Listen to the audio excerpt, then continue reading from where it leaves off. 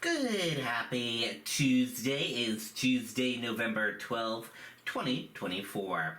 I'm Riley King, and welcome to this edition of Riley's Kingdom of News right here on WRMK News Radio. Hopefully you're having an awesome Tuesday. Good to be back on air after a day off. As you know, yesterday was Veterans Day. Hopefully you got to say thank you to a veteran and to the current members of the Army that are serving and protecting the U.S. Many events happened across New Hampshire, and let's take a look at a few of those events right now. Let's begin this edition of Riley's Kingdom of News right here on WRMK News Radio. Manchester holds a Veterans Day parade to honor service members. Let's take a listen to that report. A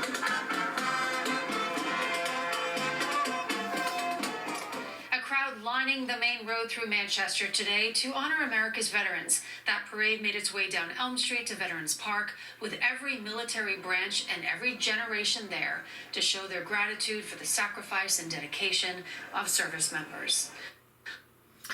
Okay, and there you go on that report. If you would like to say thank you to a veteran, feel free to email us at rknetwork1995@gmail.com. That is rknetwork1995@gmail.com, and we will give them a shout out. Current and former service members honored at the New Hampshire on Veterans Day. Other gatherings were held in towns across the state. In Dover, the commander of the Rollinsford American Legion spoke about each generation of veterans providing a new generation of heroes. Veterans have been our pillars of resilience, courage, and strength. They represent the best of us, embodying the highest ideals of freedom, justice, and democracy. They put their lives on the line, not for fame, not for fortune, but for something greater than themselves. Officials say there are 100,000 veterans living here in New Hampshire. Okay, and there you go on that report. Again, if you'd like to say thank you to a veteran, you can email us right now at rknetwork1995@gmail.com, and we will give them a shout out. President-elect Trump making picks for who will serve in his administration. Let's take a listen to that report right now.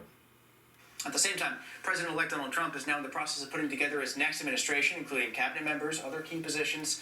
WMUR's Ariel Metropolis is here now with more on the decisions Trump has already made so far. Ariel. Yeah, Steve, we really haven't seen much of President-elect Trump since he won last week on election night. He's been closed off behind closed doors at Mar-a-Lago making those decisions. So let's go through what we know so far. Right now, we know he's decided on a couple people. Trump has announced that Tom Homan will serve as his border czar. He's Trump's former acting director of ICE, and he'll be in charge of those large deportations that Trump has pledged to carry out. Next, New York Congresswoman Elise Stefanik has been named as the incoming UN ambassador. She's been a staunch supporter of President-elect Trump. Now, over in the West Wing, last week we reported that Susan Wiles, who helped run Trump's 2024 campaign, will be Trump's chief of staff. She'll be the first woman to hold that role.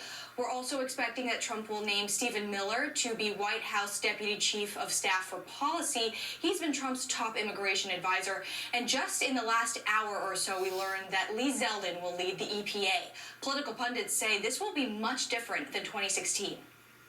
This is going to be very different than 2016. In 2016, there was not a lot of familiarity within the Trump campaign about how to build an administration. So the campaign and Trump himself relied pretty extensively on people with experience in Washington.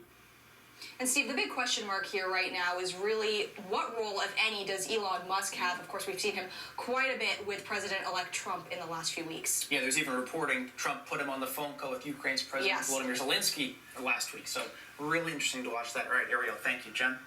Governor-elect.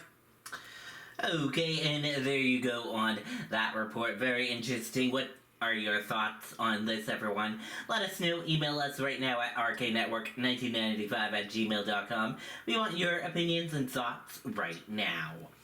Governor-elect Kelly Ayotte names the co-chairs on transition team. Let's take a listen to that report. Lake Aon is putting together her transition team for the corner office in Concord. Hillsborough County Sheriff Christopher Connolly and Bedford businessman Andy Cruz have been named the chairs of the Aon transition team. I'm really glad to have the leadership of Sheriff Chris Conley and Andy Cruz. They have great experience. They care deeply about the state. And so we'll be building a strong transition team because we want to roll up my sleeves and get ready to work on day one. Okay, and there you go on that. Let us know your thoughts on this. We want to hear from you. Email us at rknetwork1995@gmail.com. Trump names border czar to join in his incoming administration. Let's take a look at that border czar.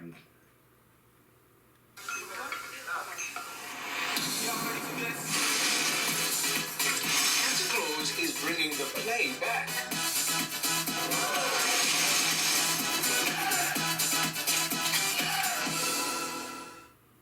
President-elect Donald Trump and his new team coming into focus tonight, moving quickly on one of his top priorities. Trump campaign and a promise of mass deportations. Tonight, naming his border czar. Here's ABC's Rachel Scott. Tonight, Donald Trump filling out his administration, naming 2 longtime loyalists to implement his signature campaign promise, an immigration crackdown featuring the largest deportation program America has ever seen. Trump set to announce his former senior White House advisor, Stephen Miller, as Deputy Chief of Staff for Policy. Miller, an immigration hardliner, has made it clear he wants all undocumented immigrants out of the country. America is for Americans and Americans only. Trump today also announcing his former ICE director, Tom Homan, will fill the new role of border czar.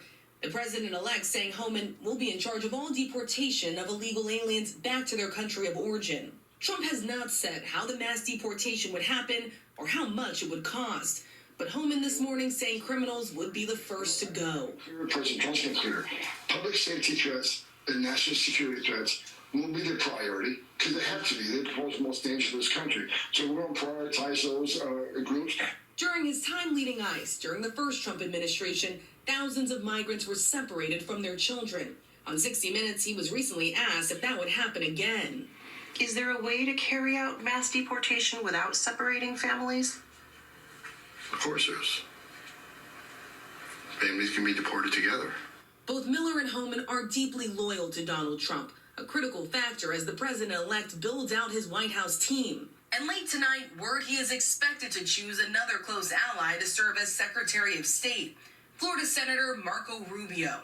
Once a bitter rival in 2016, Rubio quickly became one of his staunchest supporters. A member of the Senate Foreign Relations Committee, he is a hawkish Republican with deep experience in international affairs and a willingness to adapt to Trump's worldview on matters like America's support for Ukraine and its war against Russia. And David, President-elect Donald Trump wants to fill his cabinet quickly. On Wednesday, Senate Republicans will select a new majority leader, and Donald Trump has said anyone who wants that job should support so-called recess appointments. This would allow the president-elect to push through his cabinet picks without an initial or immediate confirmation process. Past presidents have done this. The question now, how would Donald Trump use that power? Okay, and there you go on that. Let us know your thoughts on this. We want to hear from you. Email us at rknetwork1995@gmail.com. And that is it for this edition of Riley's Kingdom of News right here on WRMK News Radio. Thank you for tuning in and listening, and have a fantastic Tuesday. See you back here tomorrow for another broadcast. Bye, everyone.